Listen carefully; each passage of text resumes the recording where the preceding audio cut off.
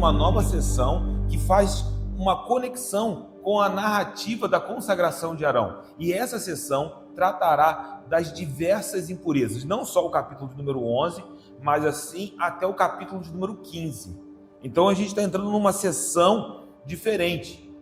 Nós vamos falar não só de impurezas, mas também de ritos de purificação. E aí essa temática ela está alinhada com o contexto. Quando nós lemos o capítulo de número 10, no verso de número 10, o texto diz assim: para fazerdes diferença entre o santo e o profano, e entre o imundo e o limpo. Então Arão precisava receber essas instruções de maneira específica. Como fazer a separação entre aquilo que é santo e comum? Como fazer a distinção entre aquilo que é puro ou impuro? Não poderia ser algo arbitrário. Então, esse capítulo, como uma ponte com o capítulo de número 10, em que Arão recebe as instruções específicas para distinguir o que é santo e o que é comum, o que é puro e o que é impuro. Agora, o que desafia a nossa mente num capítulo como esse? Talvez poderíamos fazer a seguinte pergunta: por que alguns alimentos foram considerados impuros e outros não? Porque nós vamos ler o capítulo de número 11 e veremos que alguns alimentos, alguns animais podiam ser consumidos nas refeições, outros não. Outros eram considerados impuros. Por quê?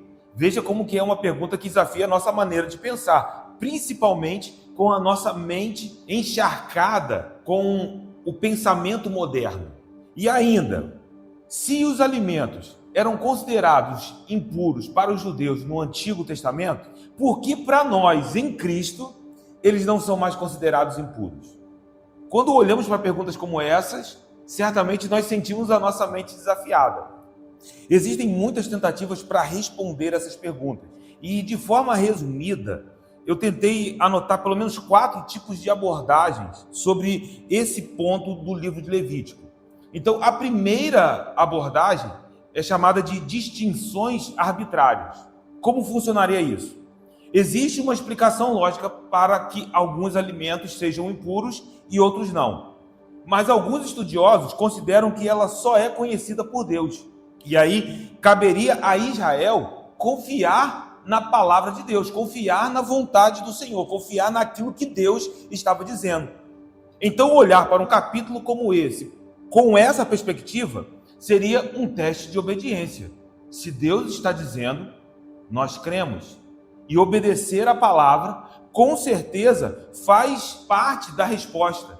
Então, eles são chamados a esse lugar. Embora haja verdade nisso que nós estamos dizendo, porque certamente Deus sabe mais do que todos os homens, e até mesmo nós, como intérpretes, olhando para a palavra, reconhecemos que os pensamentos de Deus são mais altos do que os nossos, mas existem outros princípios, além da obediência, que precisam ser considerados. Por outro lado, existe uma abordagem que são as distinções cultuais. Nós estamos aqui lendo uma série de restrições alimentares e alguns animais são considerados impuros. Alguns estudiosos fazem conexões desses animais com práticas de cultos pagãos. Quando olhamos por essa perspectiva, nós entendemos que Israel, de fato, é o povo da aliança. Israel é um povo que foi chamado para ser santo. Deus, quando chama Israel, ele tem o objetivo de separá-los dos outros povos. Esse objetivo está no coração do Senhor, para que eles fossem uma nação santa. Vemos Êxodo 19 e Deus diz: eu serei o vosso Deus e vocês serão o meu povo. Vocês serão uma nação de sacerdotes, um reino de sacerdotes. Deus tem esse objetivo no seu coração. Ainda assim, nós não conseguimos dar conta de toda a resposta. Por quê? Porque quando comparamos essa restrição alimentar com as práticas cultuais dos outros povos, nós vamos perceber que os cananeus também ofereciam bois, também ofereciam ovelhas. É preciso ter um pouco de cuidado para fechar uma resposta com essa abordagem, embora também reconheçamos que isso faz parte daquilo que Deus tinha para o seu povo. Ele está chamando o seu povo para que o seu povo seja diferente de todas as outras nações. Uma terceira abordagem, note, a primeira abordagem são as distinções arbitrárias, como que se só Deus conhecesse a razão do porquê alguns animais foram considerados impuros. A segunda são distinções cultuais, pensando que esses animais poderiam fazer parte de cultos pagãos e por isso Deus decidiu fazer com que esses animais não estivessem na dieta alimentar do povo de Israel. Mas uma terceira explicação, e é uma explicação que tem obtido muita força, é a abordagem com uma perspectiva higiênica ou sanitária. Acho que a atração por essa abordagem seria talvez pela nossa mentalidade moderna. Nós temos uma preocupação com a saúde. Além disso, nós precisamos considerar que estamos falando de um povo que está separado de nós há aproximadamente 4.000 anos. Então, a mente daquele povo, a cultura daquele povo é completamente diferente da nossa, pensando culturalmente. Mas seria, então, uma abordagem sanitária, a abordagem que daria conta para responder o porquê esses animais eram considerados impuros? Será que isso seria o fator decisivo?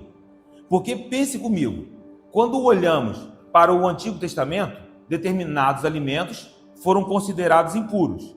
Mas no Novo Testamento, o Senhor Jesus os considerou puros. Pare para pensar nisso. As normas de higiene não tinham avançado tanto quando comparamos com a Palestina do século I. E alguém talvez poderia ter dizer, mas Eca, lá o povo estava no deserto. Então a situação era diferente. Mas ainda assim eu avanço com vocês. O povo não viveu 2.000 anos no deserto. O povo entrou na Terra Prometida. Houve um período em que o reino se estabeleceu. E mesmo com o estabelecimento do reino, agora cidades sendo construídas, Jerusalém, as restrições não cessaram.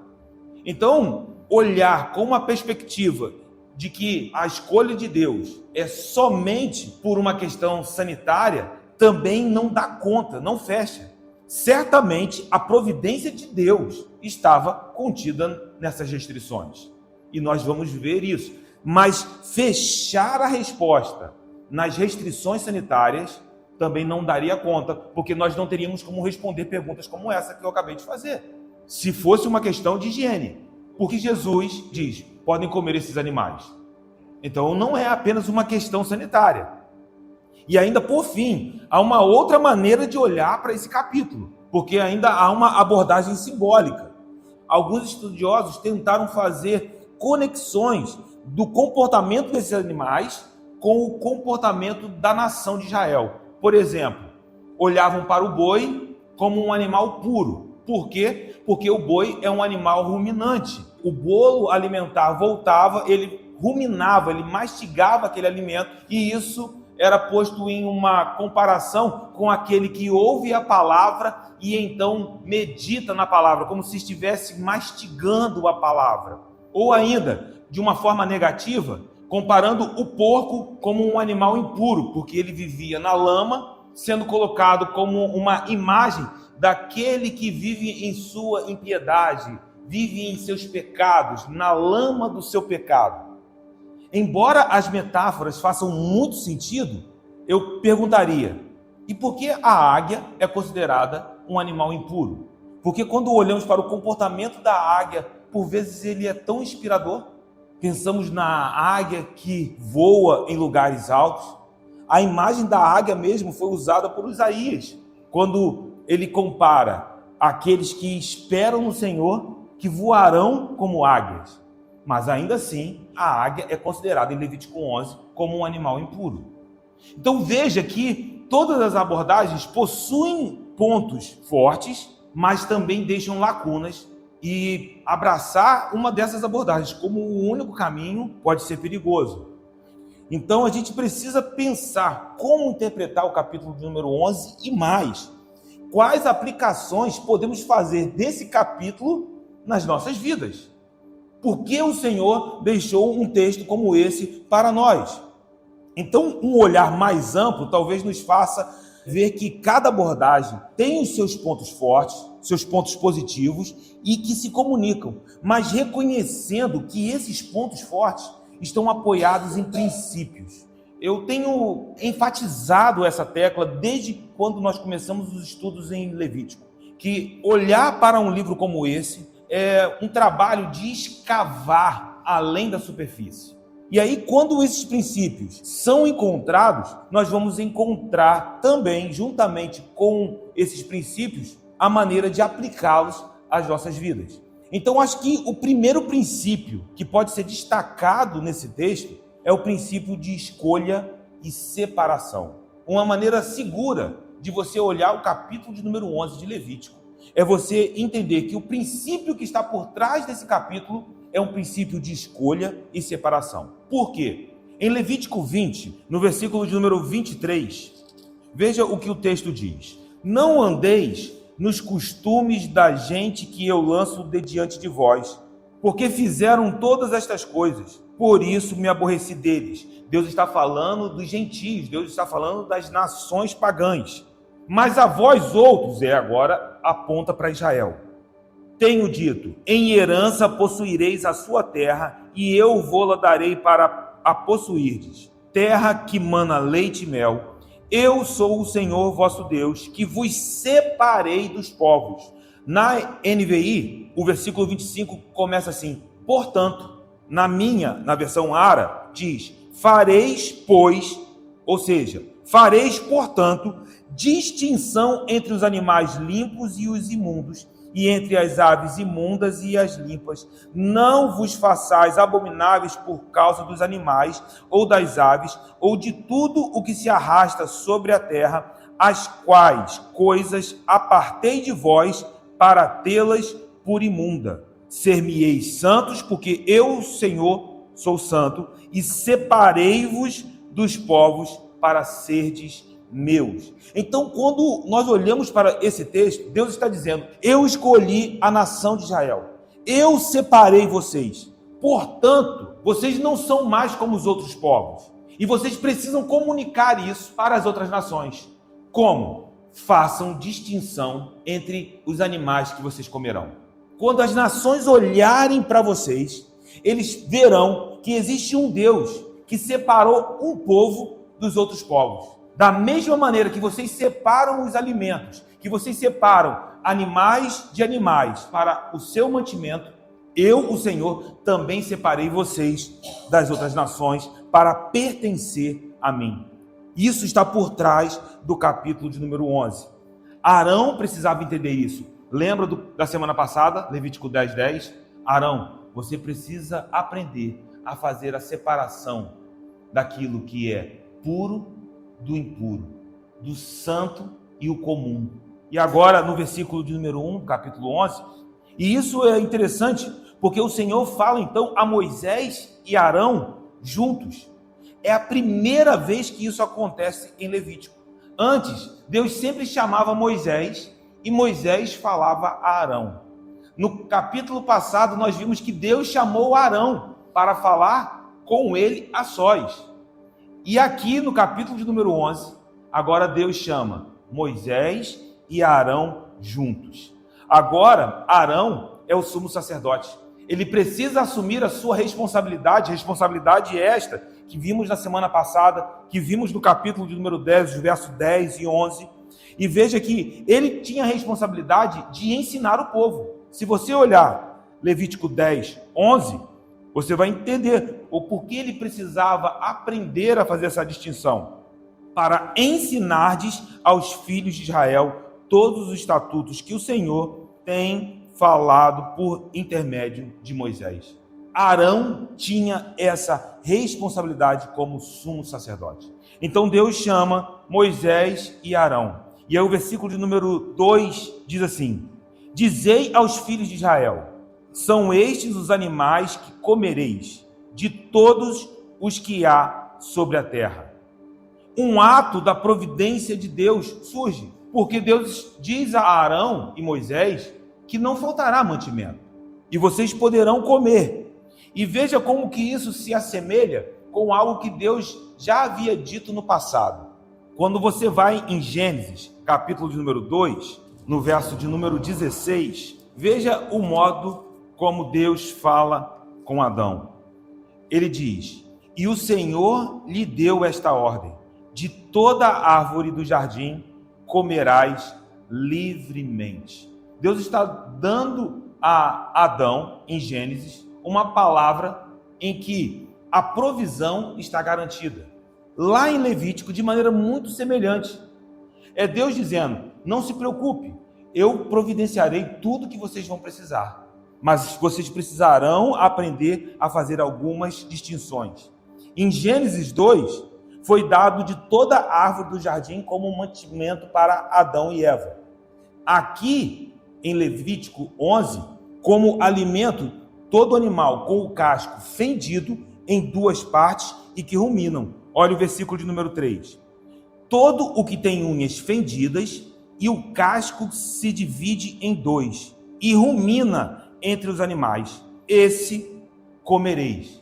A ruminação é o retorno do bolo alimentar para uma nova mastigação. Então, estes animais eram considerados puros e poderiam ser usados na alimentação. Precisavam ser animais ruminantes e que tinham o casco fendido em duas partes. Agora, seguindo o versículo de número 4, leremos até o versículo de número 6. Destes, porém, não comereis dos que ruminam ou dos que têm unhas fendidas. O camelo que rumina, mas não tem unhas fendidas, este vos será imundo. O arganaz, porque rumina, mas não tem as unhas fendidas, este vos será imundo. A lebre, porque rumina, mas não tem as unhas fendidas, esta vos será imunda. Note que nessa primeira distinção alimentar, um princípio espiritual pode ser percebido. Nós vimos nesses versículos que eles não poderiam comer o camelo, na minha versão o arganaz, mas na NVI é uma espécie de coelho, e a lebre. Veja como que isso está alinhado com Gênesis. Por quê? Lá em Gênesis, Deus disse para Adão: de toda árvore que está no jardim comereis livremente, exceto uma, a árvore do conhecimento do bem e do mal. Então, um limite foi posto para que Adão vivesse em obediência. Aqui, novamente, um limite também é posto para Israel. E enquanto Israel estivesse atento à voz do Senhor, lembra de Adão? Enquanto Israel estivesse atento à voz de Deus, o povo estaria em condições de pureza para se apresentar diante da presença do Senhor, para que o povo pudesse ter a presença de Deus no meio deles. Então, esse estado de pureza era como uma condição para que Deus estivesse ali. Note, eu falei isso já em algumas ministrações anteriores, mas vale reforçar: Deus está habitando no meio da nação. Aquele que é fogo consumidor está no meio do povo.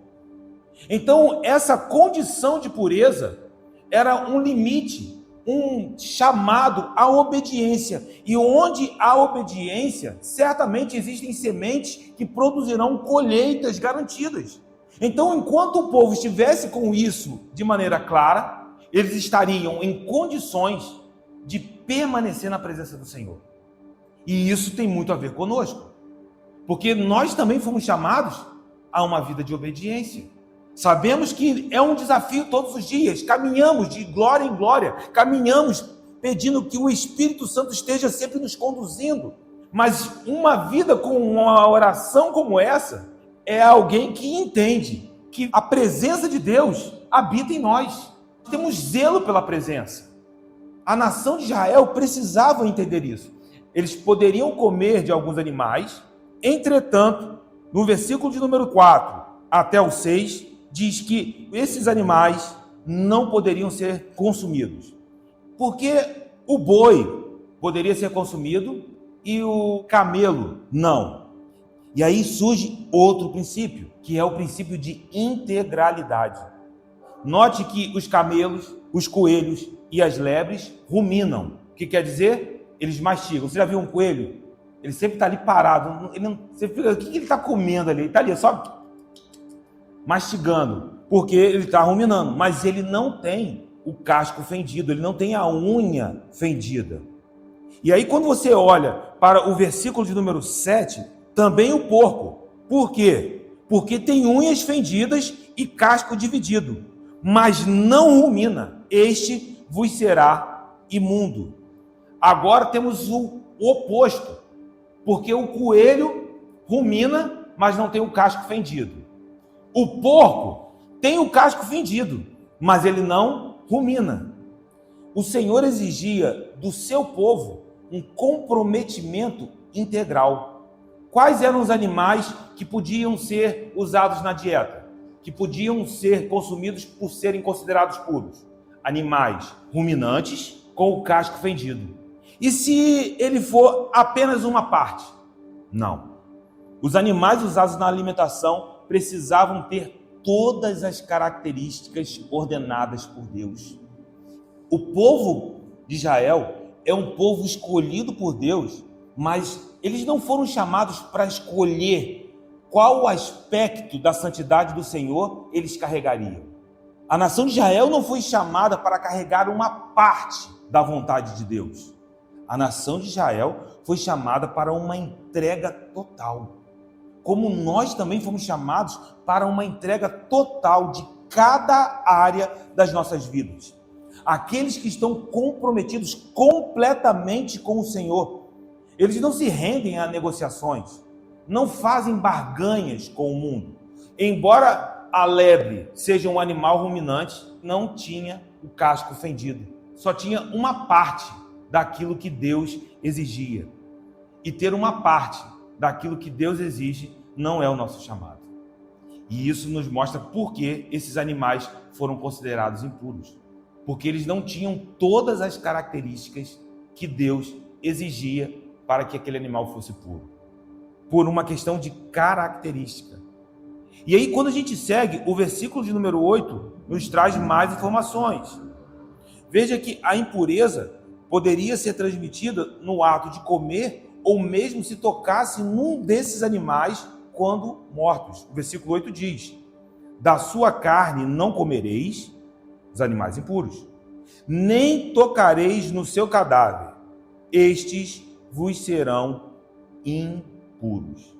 Então, a primeira distinção que surge até aqui é basicamente uma questão de integralidade.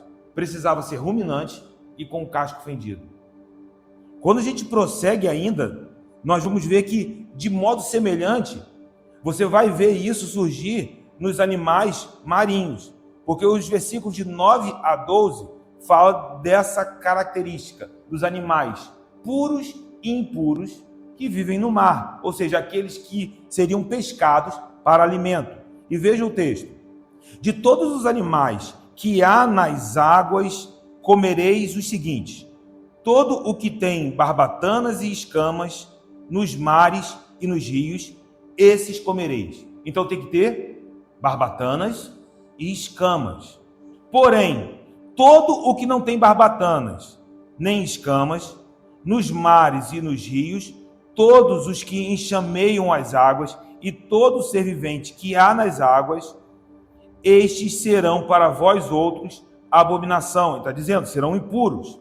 Ser-vos-ão, pois, por abominação da sua carne. Não comereis e abominareis o seu cadáver.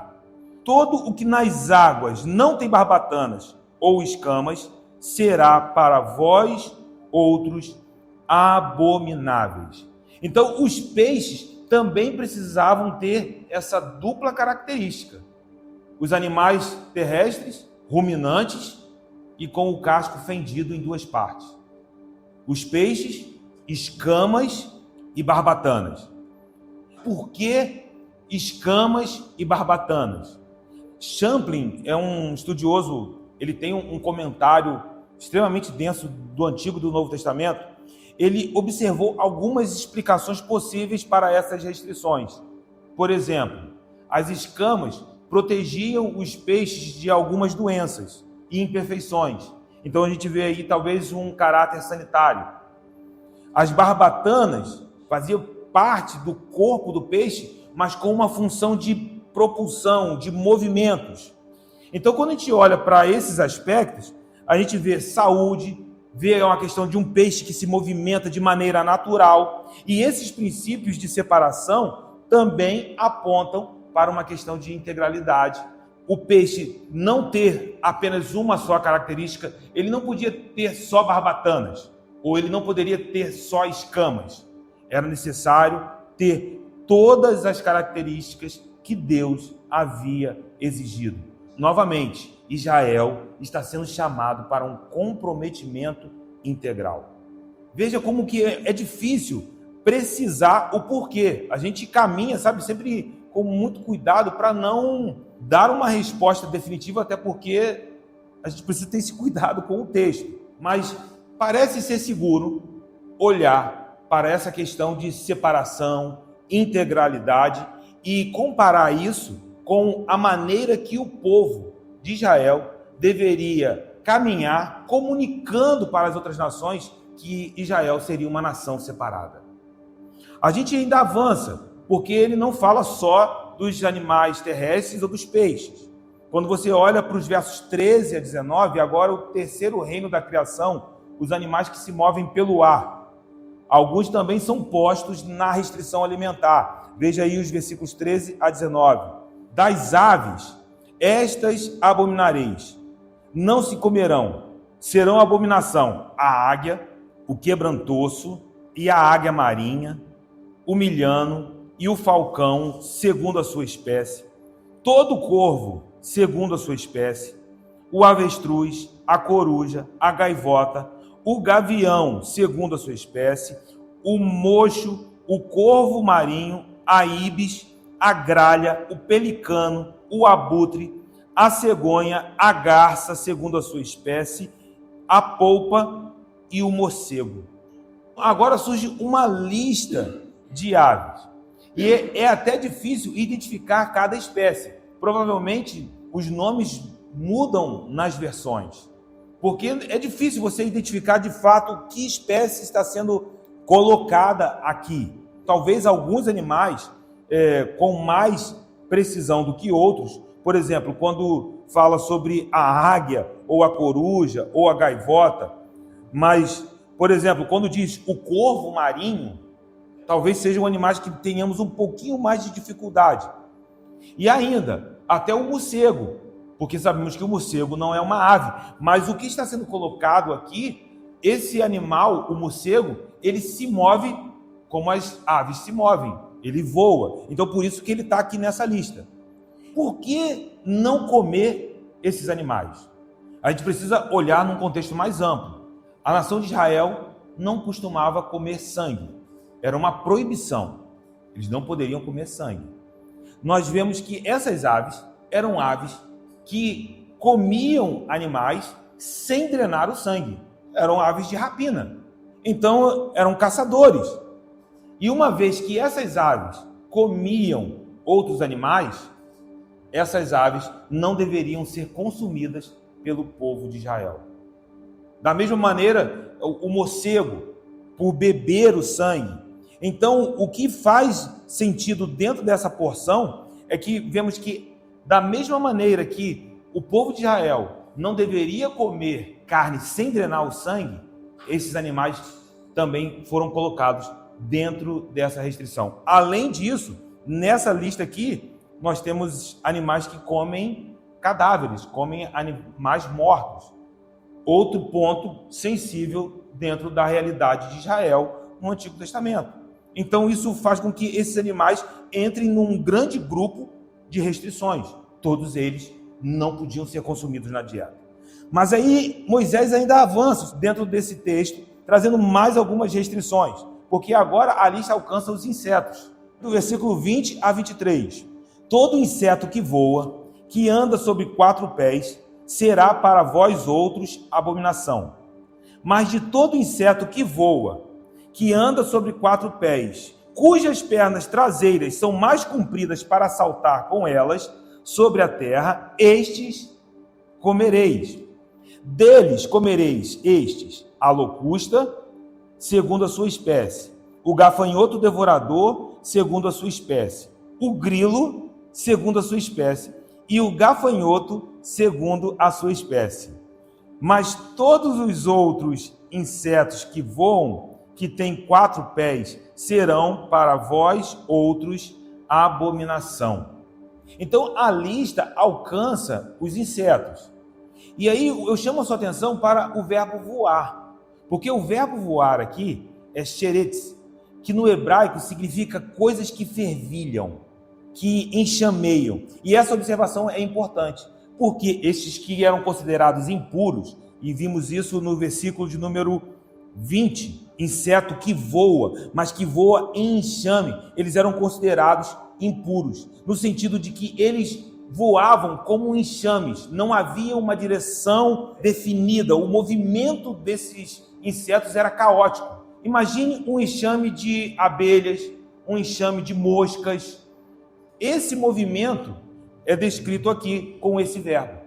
Mas se o inseto tivesse as pernas compridas como o de um gafanhoto, eu acho que é a imagem que vem de maneira mais clara na nossa mente, se ele tivesse pernas para saltar, eles seriam considerados puros. Por isso que João Batista tinha em sua dieta gafanhotos e mel silvestre. O que ele comia eram insetos puros. Não era nada estranho à nação de Israel. Perceba como que isso já até nos faz entender um pouco o contexto cultural. Que alguém olharia assim, mas João Batista comendo gafanhoto, esse cara é fora da caixa. Mas era algo previsto. Nômades, homens que viviam em regiões desabitadas, tinham esse tipo de dieta. Não era algo estranho, algo fora do que poderíamos esperar de um povo que vive no deserto. Talvez seria um contraste quando olhamos para João Batista e os moradores de Jerusalém. Aí sim a gente encontra um contraste. Mas fazia parte da dieta e ele fazia isso de maneira alinhada com a palavra. Mas aí, uma vez posta a distinção entre animais puros e impuros, porque nós falamos dos animais terrestres, dos animais aquáticos, dos que voam e dos insetos, agora o texto traz mais informações. E aí é que a gente começa a avançar um pouco, porque o texto trata de como a impureza seria transmitida, quanto tempo essa impureza permaneceria, e como tratar a situação. Porque até então, nós lemos aqui até o verso de número 23, e nós só dizemos, este é puro, este é impuro. Mas e se alguém tocasse num animal desse? Se alguém comesse, por engano, um animal desse? Porque quando nós lemos aqui o versículo número 24, veja o que o texto diz. E por estes vos tornareis imundos, qualquer que tocar o seu cadáver, imundo será até a tarde. E isso se repete, olha o verso 27. Todo animal quadrúpede que anda na planta dos pés vos será por imundo. Qualquer que tocar o seu cadáver será imundo até a tarde. Veja o 31. Estes vos serão por imundos entre todo o enxame de criaturas. Qualquer que os tocar, estando eles mortos, será imundo até a tarde. Veja o 39. Se morrer alguns dos animais de que vos é lícito comer, quem tocar no seu cadáver será imundo até a tarde. Nós vimos que há um elemento diferente nesse verso de número 39. Veja que qualquer um que tocasse em um animal morto, fosse ele puro ou impuro, essa pessoa entraria num estado de impureza. Isso porque o animal está morto. E a morte é o oposto da vida inerente ao trono de Deus. Então eles não podiam tocar em nada que estivesse morto. Se tocassem, eles entrariam num estado de impureza. E veja que alguns animais que foram considerados impuros, eles não podiam sequer comer. Os animais puros podiam ser comidos. Mas se um animal puro morresse, ainda assim, eles não poderiam tocar nesse animal. E se tocassem, seriam considerados impuros. Talvez surja a pergunta, Zeca, e se um boi morresse no meio do caminho? Alguém precisaria retirar esse animal? Aquele que retirasse esse animal entraria num estado de impureza. Por quê? Porque ele tocou em algo que estava morto. É algo que não é compatível com a santidade de Deus. Você precisa pensar de alguma maneira que se aproxime do que nós estamos falando há 4.000 anos atrás. Quando eles tocassem em um cadáver, eles estavam tocando em algo que não era compatível com a identidade do Deus que estava habitando no meio do povo. Isso seria uma ofensa para Deus. Eles precisariam se purificar. E veja que aqui é só até a tarde.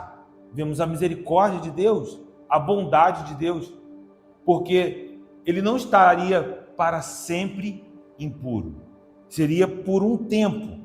E isso é importante para que eles pudessem entender que, de alguma forma, aquele cadáver, aquele animal morto, está apontando para o salário de um pecado. Aí você vai assim, mas de que pecado? Talvez não do pecado do dono do animal, nem tampouco do animal, mas do pecado original. Porque o salário do pecado é a morte, e a morte entrou no mundo. Quando nós olhamos para a morte, precisamos entender que a morte é uma metáfora do pecado. O que são as doenças, senão uma metáfora do pecado? Por que nós ficamos doentes hoje? Porque um dia o pecado entrou no mundo. Nós não podemos nos esquecer disso. Por que ainda morremos? Porque um dia o pecado entrou no mundo. Então, toda vez que eles viam um animal morto, eles precisavam entender que aquele estado era incompatível com o Deus que estava habitando entre eles. É um estado incompatível com a realidade da nação de Israel. A morte seria completamente incompatível com a presença de Deus no meio do povo. Mas o povo precisaria lidar com isso. É desafiador pensar em Deus habitando no meio do povo. Já parou para pensar nisso? De forma visível, a glória de Deus está ali. A chama está em cima do tabernáculo. Durante o dia, há uma coluna de nuvem. Deus está no meio do povo. É um Deus vivo, um Deus santo. Qualquer aspecto de morte não fazia parte daquela realidade. Precisava ser tratado de maneira muito específica. O povo precisava ter esse cuidado. Então, assim, esses animais, eles sendo impuros ou puros, se morressem e alguém tocasse, entraria num estado de impureza. Se você olhar o versículo número 25, olha o que o texto diz. Qualquer que levar o seu cadáver, lavará as suas vestes e será imundo até a tarde. Isso se repete em alguns versículos. Está no versículo de 27. Todo animal quadrúpede que anda na planta dos pés vos será por imundo, qualquer que tocar no seu cadáver será imundo até a tarde. Então, é um tempo específico. E veja que isso é uma nota de esperança. Por quê? Porque se alguém tocasse num animal morto, o seu estado de impureza não seria definitivo. Deus não está dizendo, sai daqui, vai embora, que agora você é um impuro. Ele estaria agora num estado de impureza. Mas aí aqui vemos já uma tipologia da água nos rituais de purificação do Antigo Testamento. A pessoa deveria lavar as suas vestes. Pense que Deus está montando um quadro para que nós pudéssemos entender o sacrifício de Jesus na cruz do Calvário. Deus está montando um quadro para que pudéssemos entender. Há várias peças. Agora, Deus está dizendo que aqueles que estão num estado de impureza precisam ser lavados, precisam ter as suas vestes lavadas. Quando olhamos para o sacrifício de Jesus na cruz do Calvário, só faz sentido o que Paulo escreveu aos Efésios quando temos essa perspectiva de Levítico. Veja Efésios capítulo 5, a partir do versículo de número 26. Que Cristo amou a sua igreja, se entregou por ela, verso 26, para que a santificasse, tendo-a purificado por meio da lavagem de água pela palavra. Como assim sermos lavados? O que significa essa lavagem? Significa exatamente ser tirado do estado de impureza que nós estamos vendo em Levítico. Hoje só faz sentido olhar para o sacrifício de Jesus na cruz do Calvário e entender que nós fomos purificados, que nós fomos lavados, quando olhamos para o Antigo Testamento, quando alguém tocasse num animal morto, entrava num estado de impureza. Agora, como que isso faz sentido para a gente? Porque nós também estávamos separados de Deus. Veja que Deus está falando em Levítico para a nação de Israel. A nação de Israel tinha sido separada por Deus. Mas e as outras nações? Todos impuros. Nós estávamos separados de Deus. Nós estávamos perdidos. Nós estávamos exatamente dentro desse lugar. E aí nós começamos a entender, por exemplo, quando Jesus está falando com Nicodemos, que aquele que nasce de novo, nasce da água e do Espírito. Porque nós fomos purificados dos nossos pecados e então trazidos à existência. Vendo essa tipologia da água, entendemos também que a impureza não era uma condição final, duraria só até o final da tarde. E aí vemos novamente que isso aponta para a graça e a misericórdia de Deus. Por quê? Porque Deus não deixa o seu povo, Ele não abandona o seu povo, Ele não abandonaria alguém num estado de impureza. Ele diz, eu quero trazê-lo de volta. E por isso os rituais de purificação no Antigo Testamento. Mas e hoje? Se confessarmos e deixarmos os nossos maus caminhos, se olharmos para Ele com os nossos corações arrependidos, Ele é fiel e justo para nos purificar de toda injustiça. No lugar de arrependimento sempre haverá graça. Então o estado de impureza não era um estado final. E ainda assim, se acontecesse por um acidente, e como isso é tão pertinente? Porque eu vejo a caminhada cristã como uma caminhada onde nós não olhamos para o pecado e queremos pecar. O pecado é um tropeço. Quando nós falhamos tentando caminhar, tentando acertar o alvo. Então, se acontecesse algo nesse sentido, Deus está dizendo, esse não é o seu estado final. Então, seria apenas até o final da tarde. Agora, do verso 29 ao verso 31. Verso 29. Estes vos serão imundos entre o enxame de criaturas que povoam a terra, a doninha, o rato, o lagarto, segundo a sua espécie, o geco, o crocodilo da terra, a lagartixa, o lagarto da areia e o camaleão. Veja que surgiram aqui mais alguns animais. Novamente, as versões aqui provavelmente devem variar. E são dados aqui mais detalhes sobre a impureza com esses animais, porque são animais que enxameiam a terra ou que infestam a terra. Lembram da palavra que nós falamos ali no versículo de número 20, sobre o enxame, sobre o caos, sobre os insetos que voam de maneira desordenada? Aqui nós estamos falando de animais que infestam, que enxameiam. Talvez o mais conhecido aqui para nós, ratos. Então imagine um enxame de ratos. São desses animais que nós estamos falando aqui nesses versículos. Por quê? Porque quando eles vêm como enxames, provocam caos, desordem. E caos é o oposto da obra de Deus. Basta olhar para Gênesis 1. Quando nós olhamos Gênesis 1, no princípio Deus criou os céus e a terra era sem forma e vazia. Ali é tohu vabohu, é caos. A palavra hebraica aponta para desordem, sem propósito, sem sentido. Então a terra era um caos, era sem propósito, estava sem sentido. E aí nesse lugar caótico, Deus vem e põe ordem em meio ao caos. Só que esses animais são animais que se movem em desordem, são enxames, eles infestam o lugar. E aí essa infestação remete a um retorno de caos. Esses animais também não deveriam ser consumidos nem tocados se estivessem mortos. Caso alguém tocasse, estaria impuro. Para a gente hoje, no Brasil, faz muito sentido. Zeca, eu não vou comer um rato de maneira alguma. Mas se você for em alguns países da Ásia, provavelmente na Tailândia, você vai chegar lá na rua e tem aquele espetinho de rato. Lagartixa não vai faltar. Então, perceba como que nós estamos falando de aspectos culturais aqui. E aí, até mesmo o conceito de higiene se torna relativo.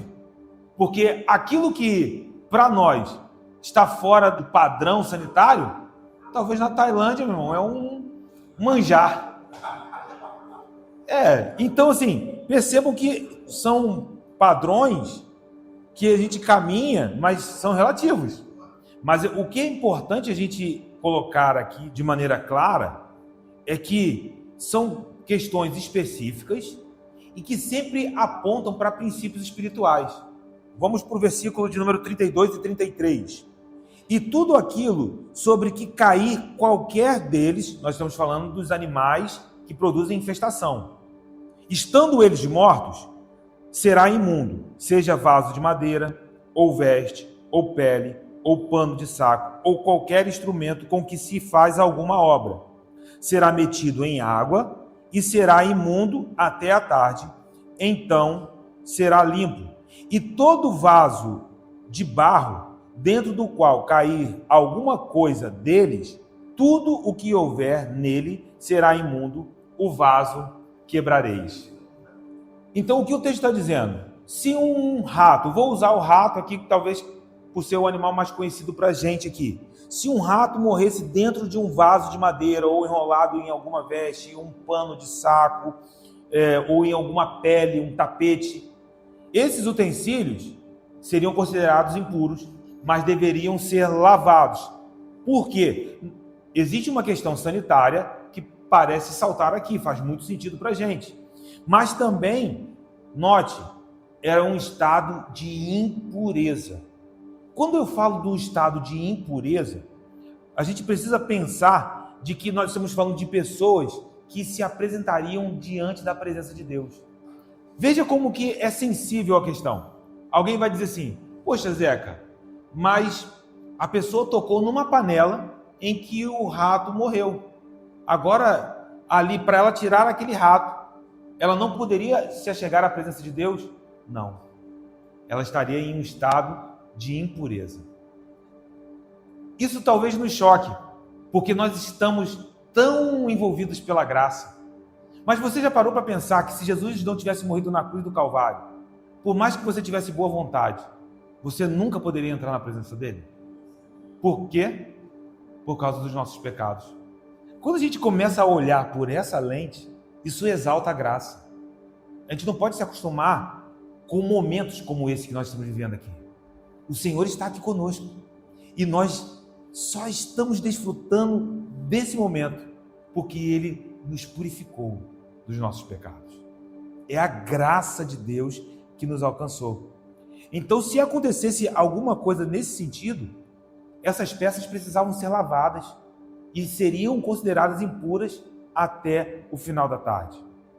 Aí o verso de número 33 a 35 diz que os vasos de barro, ou ainda todo alimento, estou no verso de número 34, todo alimento que se come preparado com água será imundo, e todo líquido que se bebe em todo vaso será imundo. E aquilo sobre o que cair alguma coisa do seu corpo morto será imundo. Se for um forno ou um fogareiro de barro, serão quebrados. Imundos são, portanto, vos serão por imundos. Note que há um ponto aqui sanitário que para a gente faz muito sentido, porque se um rato cair dentro da comida, não tem como aproveitar essa comida. Da mesma maneira a água.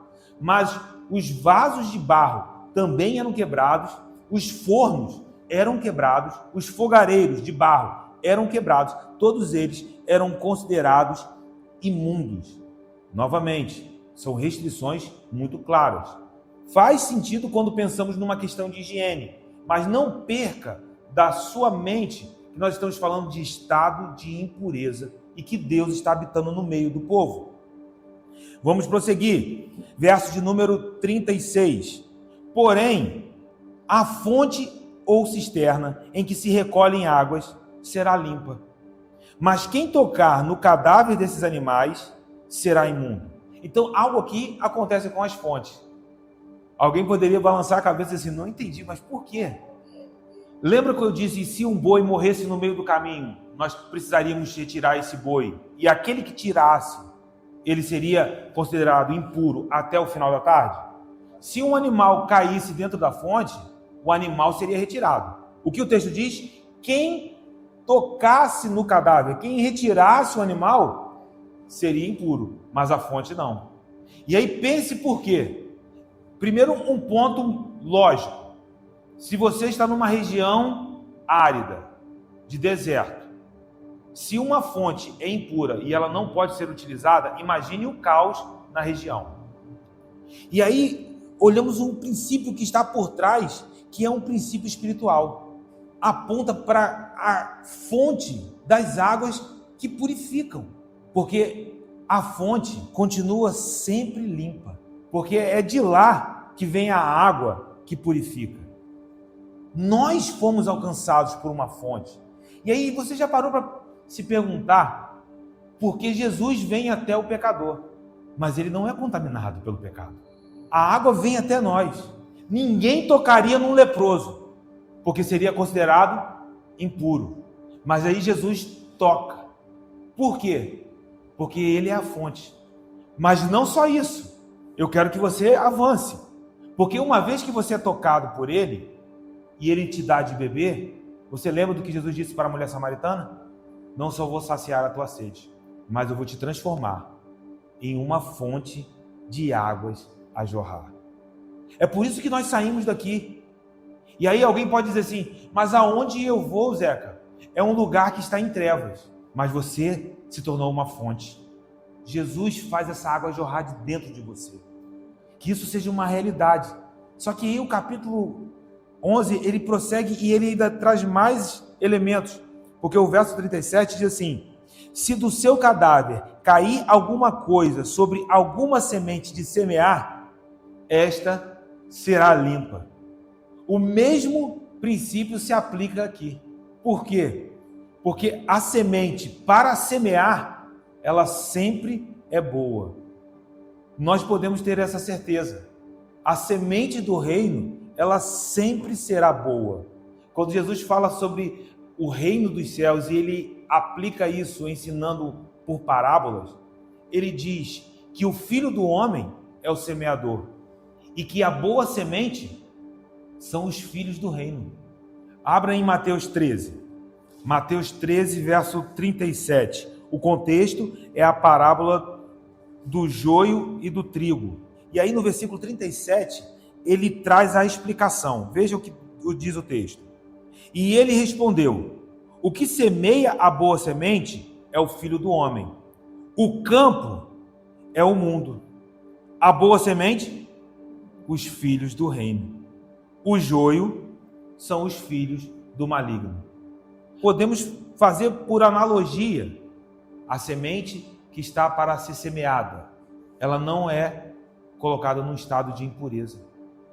Da mesma maneira, Jesus está apontando, para o seu povo, olhando para aqueles que seriam alcançados por sua palavra. Você é uma boa semente, lançada no campo. E o que é o campo? É este mundo. Nós vamos sair daqui e sabemos que existem lugares que estão em trevas, mas em nome de Jesus, nós não seremos contaminados. Pelo contrário, nós vamos influenciar aqueles lugares. Quando olhamos para esse princípio, percebemos que a semente, para semear, ela não entrava num estado de impureza. Mas se você olhar o versículo de número 38, ele diz, mas se alguém deitar água sobre a semente, e se do cadáver cair alguma coisa sobre ela, vos será imunda. Veja que curioso, porque no caso da semente para semear, ela sempre seria boa, sempre seria pura. Mas se ela fosse umidificada, provavelmente ela estava para ser cozida. Ela já não era mais uma semente para ser semeada, era uma semente para ser consumida. E aí, se caísse algo, ela se tornaria impura. Aí aqui a gente começa a ir para o final, porque os versos 41 a 43, nós vemos uma conclusão desse capítulo. Também, todo enxame de criaturas que povoam a terra será abominação, não se comerá. tudo o que anda sobre o ventre e tudo o que anda sobre 4 pés, ou que tem muitos pés, entre todo o enxame de criaturas que povoam a terra, não comereis, porquanto são abominação. E note este versículo: não vos façais abomináveis por nenhum enxame de criaturas, nem por elas vos contaminareis, para não serdes imundos. Veja que a conclusão traz aqui o enxame de criaturas, mas fala dos animais que se arrastam sobre o ventre. Também falam de cobras, animais que têm muitos pés, aranhas, lacraias. Note que na conclusão, o princípio que fundamenta todo o capítulo surge aqui. Por quê? Veja como esses animais foram considerados impuros, foram considerados abominação. A NVI traz a expressão são proibidos. Comer algum desses animais é desejar a natureza deles, é desejar aquela comida, desejar aquela iguaria. E qual seria a consequência? O versículo de número 43. Se você comer de coisas abomináveis, você se tornará também abominável. O que Deus está dizendo? Não sejam como aquilo que eu disse para vocês não comerem. Não se tornem impuros. Vocês são separados. Vocês não são como os outros povos. E aí, por que isso? A resposta está no verso 44. Porque eu sou o Senhor, vosso Deus. Portanto, vós vos consagrareis e sereis santos, porque eu sou santo. E não vos contaminareis por nenhum enxame de criaturas que se arrasta sobre a terra. A resposta do porquê está em Deus. Eu sou santo. Então vocês precisam saber que a vida de vocês também é santa. Eu sou o seu Deus e vocês são o meu povo. E aí no versículo 45, a gente talvez esteja diante de uns versículos mais conhecidos de Levítico. Eu sou o Senhor que vos faço subir da terra do Egito, para que eu seja vosso Deus. Portanto, vós sereis santos, porque eu sou santo. Aqui está a conclusão do capítulo. Dediquem as suas vidas a mim, porque eu sou santo. Sejam santos, busquem a santificação. Eu tirei vocês do Egito para que eu seja o vosso Deus. Então, sejam santos. É um chamado de Deus, mas ao mesmo tempo é um decreto. Só que essa realidade não é uma realidade exclusiva da nação de Israel. Por quê? Porque Deus está dizendo que tirou o povo do Egito. Mas quando eu olho para a igreja do Senhor Jesus, o que Paulo diz a respeito da igreja? Porque ele nos libertou do império das trevas e nos transportou para o reino do Filho do seu amor. E aí, uma vez que nós fomos transportados para esse lugar, para essa realidade, então, como caminhar? Aí Pedro, escrevendo a sua primeira epístola, no capítulo número 1, e a gente precisa ler isso, porque faz todo sentido com o que está sendo dito nessa noite. No versículo de número 14, olha o que o texto diz. Nós começamos essa noite falando sobre obediência. Veja o que Pedro está dizendo. Como filhos da obediência, não vos amoldeis às paixões que tinhais anteriormente na vossa ignorância. Pelo contrário, segundo é santo aquele que vos chamou, tornai-vos santos também vós mesmos em todo o vosso procedimento. E aí ele faz uma citação de Levítico 11, 45. Porque está escrito, sede santos, porque eu sou santo. Então veja como que Pedro está aplicando a realidade de Levítico à igreja. Ele está dizendo, nós também fomos chamados como filhos da obediência. E também fomos chamados a uma vida de santidade. E aí os últimos versículos de Levítico 11, os versículos 46 e 47, em resumo, esta é a lei dos animais e das aves e de toda alma vivente que se move nas águas e de toda a criatura que povoou a terra, para fazer diferença entre o imundo e o limpo, e entre os animais que se podem comer e os animais que se não podem comer. Essa é a dieta que vocês, Israel, precisarão guardar segundo a lei. E aí aqui a gente fecha o capítulo com uma pergunta crucial. Se essas prescrições estão na lei de Moisés, estão na antiga aliança, o que cabe a nós hoje na nova aliança? Talvez a pergunta seja: comer ou não comer? Eis a questão. E aí, quando olhamos para o Novo Testamento, nós temos subsídios suficientes para responder essa questão. Por quê? Se você olhar em Marcos, capítulo 7, Jesus está denunciando os fariseus, porque os fariseus manipularam a lei de forma a construir uma tradição que seria para benefício próprio dos fariseus, os mestres da lei. Eles estavam ali manipulando a lei. No versículo de número 15, nada há fora do homem que, entrando nele, o possa contaminar. Mas o que sai do homem é o que contamina. Os discípulos não entenderam muito bem isso que Jesus disse. Aí eles chamaram Jesus depois e perguntaram ao mestre: que parábola é essa? E aí Jesus vai explicar a parábola no versículo de número 18. Então lhes disse: assim vós também não entendeis? Não compreendeis que tudo o que de fora entra no homem não o pode contaminar? Porque não lhe entra no coração, mas entra no ventre e sai para lugar escuso. E assim considerou ele puros todos os alimentos. O que Jesus estava dizendo? Você come, e qualquer coisa que você come não entra no coração. Vai para o seu ventre e você sabe o fim do alimento. Mas veja que aquilo que é produzido no coração, isso sim é a preocupação de Jesus. Porque ele continua dizendo: o que sai do homem, isso é o que contamina. Porque de dentro do coração dos homens é que procedem os maus desígnios, a prostituição, os furtos, os homicídios, os adultérios e aí uma série de pecados. Note que é o que sai de dentro do coração do homem, é produzido no coração do homem. Mas o versículo de número 19 é a chave. Considerou ele puros todos os alimentos. Então o que Jesus está dizendo? Todos os alimentos, eles são puros. Eles podem ser consumidos. Nós podemos comer.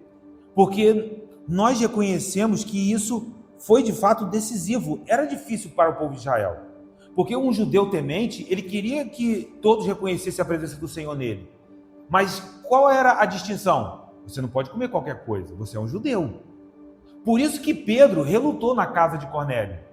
Em Atos 10, quando Pedro tem uma visão, ele está com fome, e aí ele sobe para orar. E ele tem uma visão, eu já falei que isso para vocês, ele vê tipo um lençol descendo.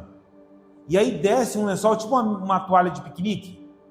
Só que quando desce, são animais quadrúpedes, répteis, aves, animais impuros. Vem uma voz a Pedro e diz: mata e come. Aí Pedro diz: Senhor, como eu vou comer isso? De forma alguma. E aí a voz diz: não considere impuro aquilo que eu santifiquei. Logo após esse incidente, ele vai à casa de Cornélio, é levado, porque Cornélio tem uma visão, manda pessoas buscarem Pedro. Quando Pedro chega na casa de Cornélio, ele fala assim: mas eu estou aqui, eu sou um judeu e você é um gentio. E aí Cornélio diz a visão que ele teve com Pedro, a ordem que Deus havia dado. E naquele momento, Pedro entende que a visão que ele tinha a respeito dos animais impuros era sobre os gentios. Porque o que separava um judeu de um gentio? A dieta. Aí Deus está dizendo, através de Pedro: não tem mais separação entre judeus e gentios. O muro caiu. Então podemos comer. Diríamos: mas posso comer qualquer coisa? A qualquer momento? Hoje nós temos a liberdade do Espírito para isso. Mas a liberdade do Espírito também nos ensina que se nós comermos e isso provocar um escândalo no irmão, é melhor que você não coma. O que nos leva a concluir de tudo isso que nós estamos falando? Levítico 11, ele não está perdido. O princípio que levava o povo a não comer algumas coisas era o temor do Senhor, porque eles eram separados.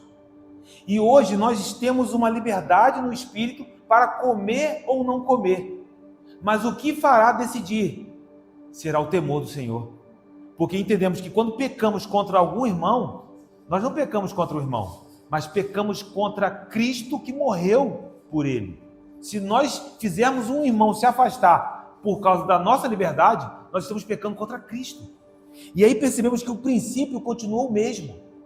Lá, a nação de Israel precisava fazer a separação porque eles pertenciam ao Senhor. E hoje nós temos liberdade para decidir sobre comer ou não.